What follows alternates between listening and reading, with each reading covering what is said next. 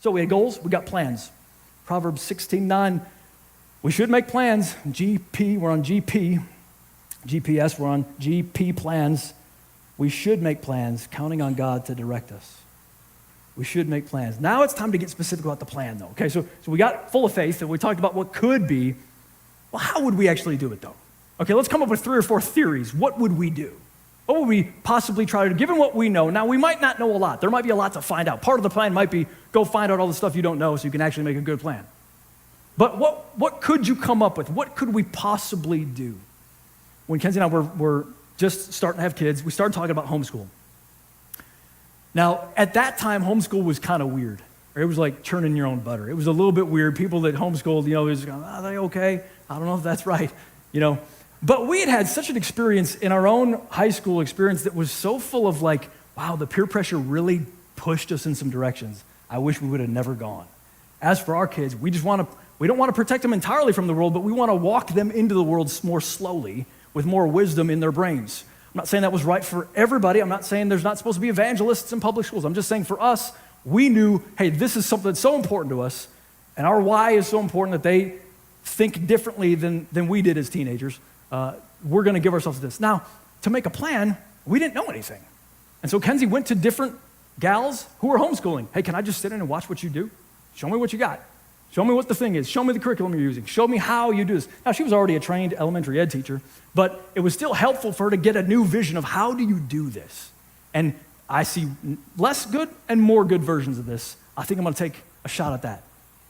Another one more recently. Kenzie has gone back to get her master's in nursing, and as we were getting into that, I was about to finish my doctorate, and we're in a season of life where we're just having kids fly away. And so there's just a lot of, it may not sound like a lot to you, but there's a lot of intense pressure on every side to get stuff right. Well, we needed to sit down and make a long-term plan that's a little bit complex. How are we gonna do this? That's the question. How are you gonna do it? That takes a lot of prayer and a lot of counsel. But there's also ones that we didn't do so well. Enter, again, the chickens. Okay, it's the day before my birthday. It's August 24th. I come back home. Mind you, it's about to be fall and then winter. I come back home, and there are these living creatures, these little chicks in a box in my living room. And I'm like, wow, I don't feel like a lot of forethought was given to what comes next. I feel like it's a lot of, hey, there'll be eggs soon, and that'll be great. Yeah, well, there might. But you might understand at this point, because we didn't have a really great written plan, there's been all kinds of chaos, a symphony of chaos, as a matter of fact, that has rolled up in the house and in the yard and in other people's yards because we didn't really have a plan for the chickens, okay? So the plan can bite you. Now, thankfully, it's only chickens. Thankfully, we didn't start with a cow. But we learned a lot. A good reminder, a little spanking. Take the time to plan. So guys, we got a plan. One of the things we want to do when we plan is we want to get feedback. Feedback is our friend. And I want to speak to the perfectionists here for a second. I'm so glad, I hope that you're glad, that Jesus doesn't demand that you start perfect. Do you see how he works? He's like you failed 25 times on the first day. And then you do that for 17 years.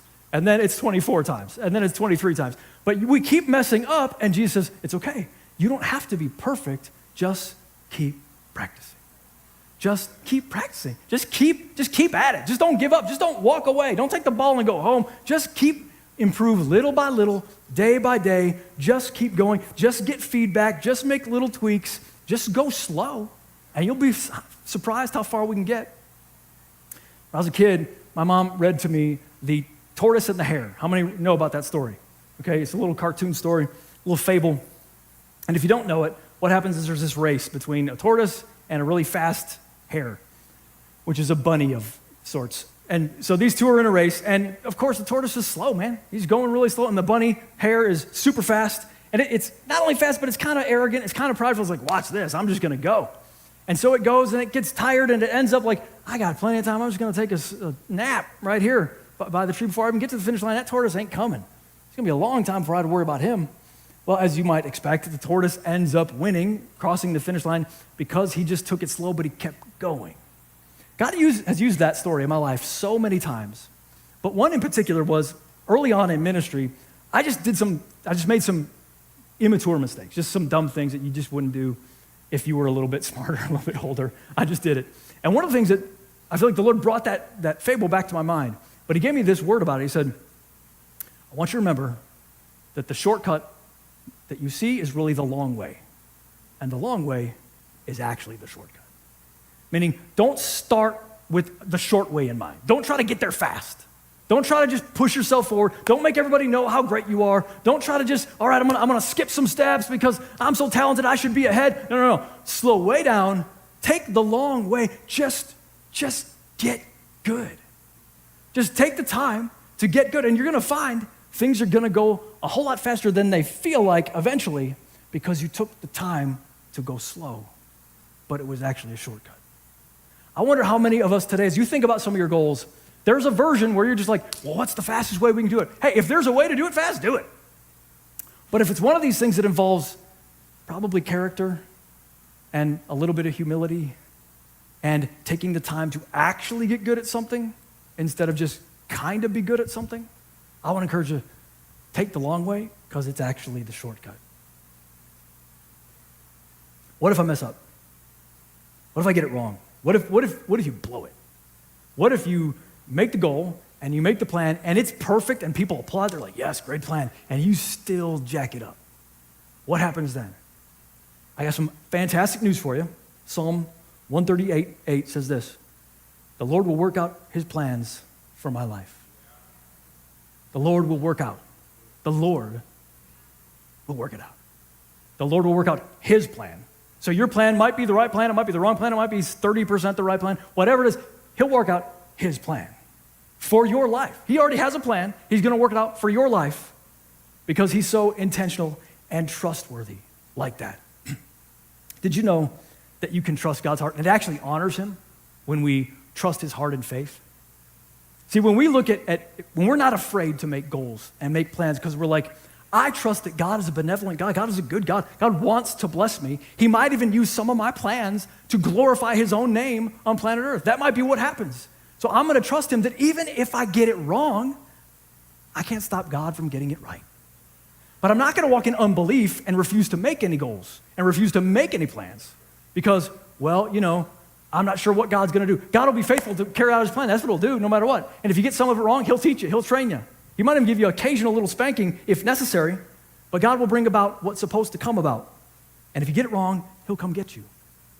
This is what he did with Peter, don't you remember? Peter was like the leader of the disciples and completely denounces Jesus, swears about it in front of this little girl.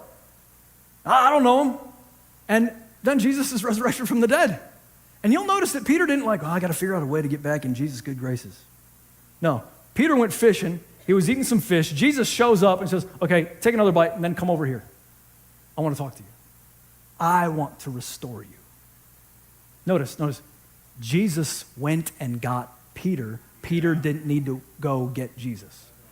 Jesus came after him. Jesus will always, always, always, always, always come after you. He'll always come after you. He'll always come looking. He'll always be like, I know you jacked it up. Come on, let's get back in the program. Now, look, he didn't tell Peter, all right, Peter, well, let's talk about how you're going to fix what you did wrong. Let's talk about how you're going to reverse it. Let's talk about how you get it right now, like erase that mistake. He didn't say that at all. He said, well, you got it wrong. Okay, now get on the right track again. Here's what I want you to do, Peter. Here's the next action. Just go do this. And don't worry about that. Just move the doggone thing forward. Jesus will come get you, and he'll come get you every time.